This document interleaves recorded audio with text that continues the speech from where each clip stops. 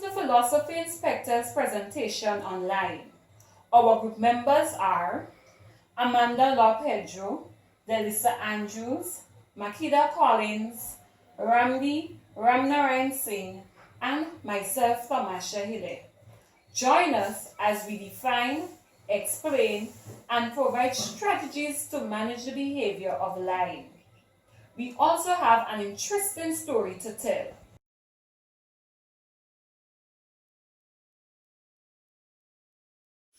I'm going to be defined lying. Lying can be defined as giving information that is not true with the intent to deceive someone. BBC 2014. To tell a lie, the person must first believe what they are saying is false. As children learn to crawl, talk, and walk, it's the same way we learn to lie at an early age. Lying is undoubtedly the greatest common act in which humans can carry out, and it is inevitably because it is part of human nature. According to BBC 2014, there are three features that are essential to lie. The first lie communicates information. The second lie intends to mislead or deceive the other. And thirdly, the liar does not believe in what they are saying. Thank you.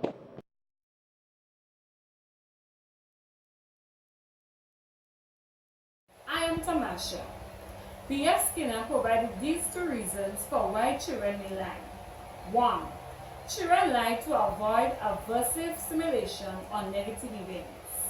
For example, a parent may see an empty cookie jar and ask the child, "Did you take the cookie?" If the child says yes, he is likely to be punished. To avoid the punishment, the child hides the truth and lies to get away with the behavior.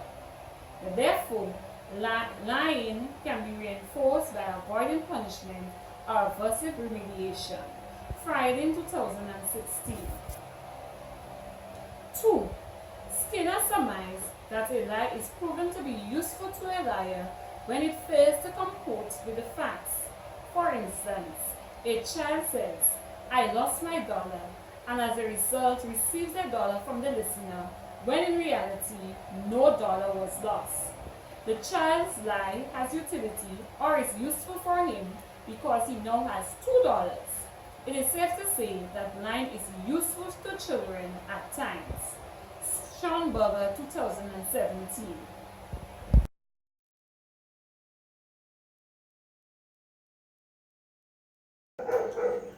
Hi, my name is Ramnarayan Singh, and my task today is to do 3 strategies to manage or eliminate a lying behavior. The first strategy is encourage children to tell the truth.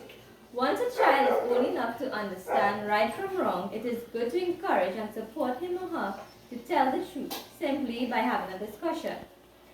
Explain to the child the difference between the truth and telling a lie and the consequences of being dishonest. Secondly, positive reinforcement.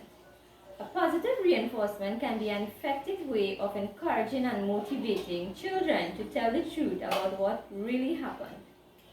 Some examples of positive reinforcement can be giving a high five, offering praise, giving a hug or a pat on the back, or telling another adult how proud you are of your child's behavior while he or she is listening. And thirdly, use appropriate consequences. Some consequences can be timeouts, take away privileges such as TV time or tablets, restitution, such as having the child address his or her mistakes by simply apologizing, and lastly, provide chores. Thank you.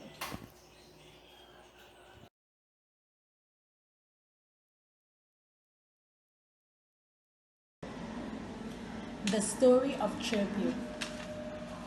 Ravi and Naj were excited to hear another one of Grandma's stories.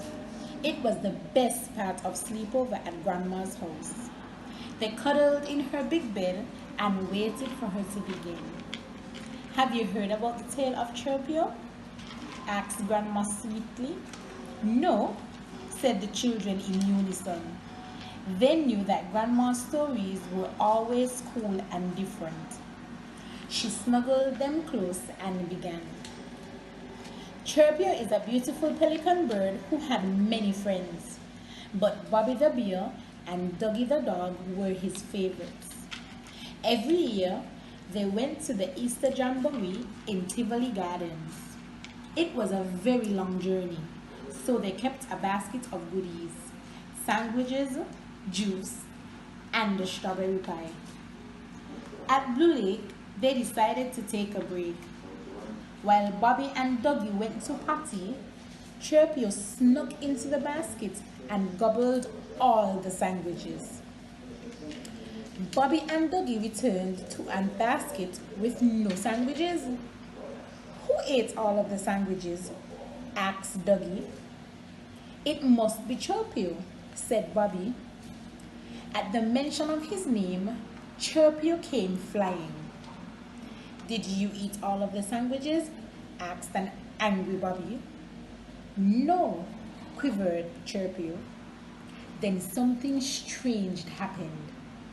Chirpio's beak began to grow. So the three friends set off and continued their journey to Tivoli Gardens. This time, Doggy carried the basket. While on the way, they saw some beautiful flowers. Doggy decided to rest the basket down so that he can pick some. Chirpio became very thirsty from flying in the hot sun, so he decided to drink some juice. I will just drink just one sip, said Chirpio. But the juice was so good that Chirpio drank all of it. Looking at the empty bottle, Chirpio began to panic and quickly placed the bottle back into the basket. Let's have some juice, said Bobby. Yes, said Doggy, but Chirpio kept quiet. When they looked into the basket, the bottle was empty. Where did the juice go? Asked Doggy. I don't know, said Bobby. Maybe Chirpio drank it. Did you drink the juice?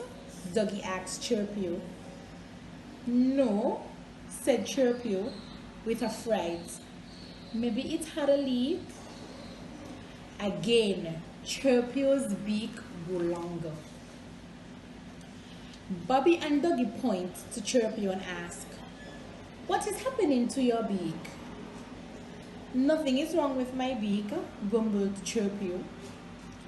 Bobby picked up the basket and they continued walking to Tivoli Gardens. Bobby shouted, I am so hungry, but there is only one item in the basket and I am going to eat it when we get to Tivoli Gardens. Chirpio felt guilty, but never uttered a word. Bobby then noticed a squirrel stuck under a rock. He dropped the basket to save the squirrel, and Doggy ran across to help. Chirpio stood by the basket and caught a glimpse of his favorite pie. It was a strawberry pie. He thought to himself, maybe I can just have one slice. But he began to eat and he just couldn't stop.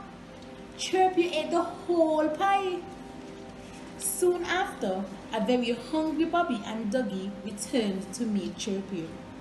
They opened the basket to find that the pie was missing. Who ate the pie? They asked. Not me, Chirpio said, and his beak began to grow again. Angrily, Bobby and Doggy said, we don't think that you are telling the truth, Chirpio, and we do not want to be your friends anymore. And they stormed away. Chirpio tried to fly behind of them. He wanted to stop them so that he can apologize. But Chirpio realized he couldn't move. He tried and he tried, but his beak was way too long and it was too heavy for him to fly. I lied so many times. Now I no longer have any friends. Chirpio began to cry. He cried so loud that his friends heard him. Bobby and Dougie ran back to see if he was hurt. They found the Chirpio with tears in his eyes. I can no longer fly. My beak is too long. I will not make it to the Easter Jamboree. Chirpio began crying some more. Maybe if you told us the truth about what happened to the snack baskets, your beak will go back to normal, Bobby said tenderly to Chirpio. As Chirpio confessed, his beak began to shrink. It got smaller and smaller. Then he was able to fly again.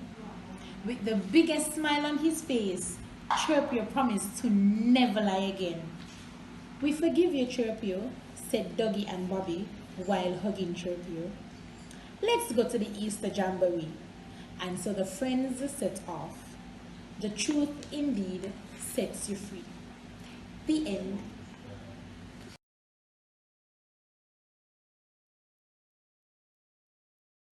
Hi, my name is Amanda Law Pedro, and I will be presenting the conclusion. Lying can definitely be seen as an unwanted behavior that is learned. It is, in definition, something that is untrue and can be very deceiving. Behavioral theorists such as B.F. Skinner mentions children may lie to avoid receiving an aversive stimulus. The child is, in this case, therefore using lies to avoid getting into trouble. As to refer to our story, Chirpio, who was lying to his friends so that they will be angry at him for eating and drinking their stuff in their baskets. He lied to evade himself from getting into immediate trouble with his friends. Some strategies we found useful to eliminate a lying behavior are to have frequent discussions to encourage the child to tell the truth. Positively reinforce behavior when the child tells the truth. Use appropriate consequences when they lie so they understand that lying is a serious thing. In our story, we try to capture that lying can also be visual, since people may see you differently when you lie, and also that lies can weigh you down and keep you back in life's journey, just like Chirpio. Thank you.